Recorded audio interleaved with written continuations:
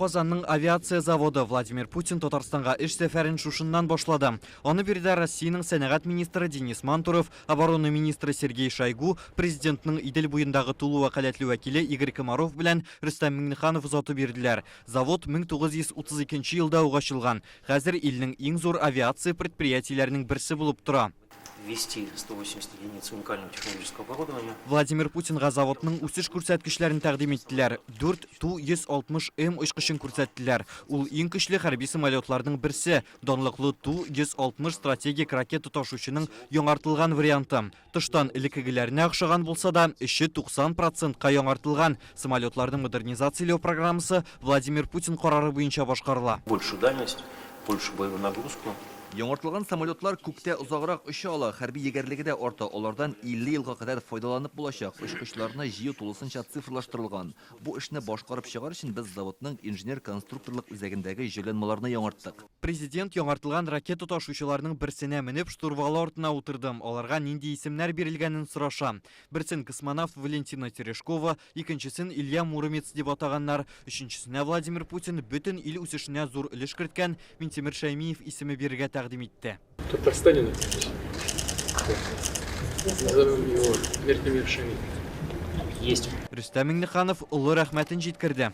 Это заслуженное спасибо. Это человек, который много сделал не только для страны, конечно. Завод ачылганнан бирле монда 22 төрдәге 10 000 очкыч җыелган. Дәүләт оборона заказын үтәү хәзер предприятие алдында торган иң әһәмиятле бурыч. Татар-информга биргән интервьюсында Сергей Чемизов, Ростех дәүләт корпорациясе генераль директоры, завод бу бурычны тоткарлыкларсыз башкара дип белдерде.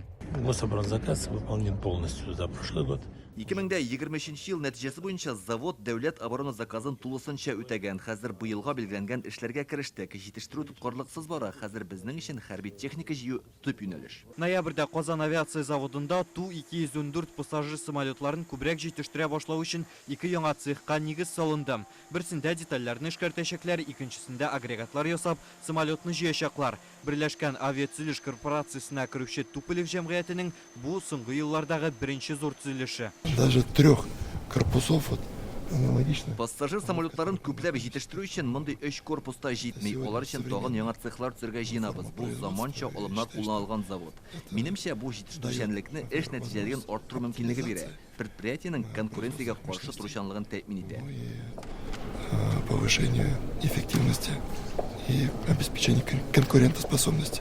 2030 елга кадәр заводта 115 Ту-214 самолеты чыгарырга планлаштыралар. Моның өчен башта елына 10, аннары 20 самолет җыярга кирәк. Бу максатларга киләсе 2 елга 92 миллиард сум акча каралган. Заводта хәзер 8400 кеше эшли. Җитештерү мөмкинлекләрен арттырыр өчен киләсе 2 елда тагын 3000 кеше тупларга кирәк. Проектлар катлаулы һәм алар чын мәгънәсендә бездә авиация төзелешен яңа дәрәҗәгә чыгара ала. Рүзәл Шарипов, Рәмзил Гарипов, Яңа гасыр каналы.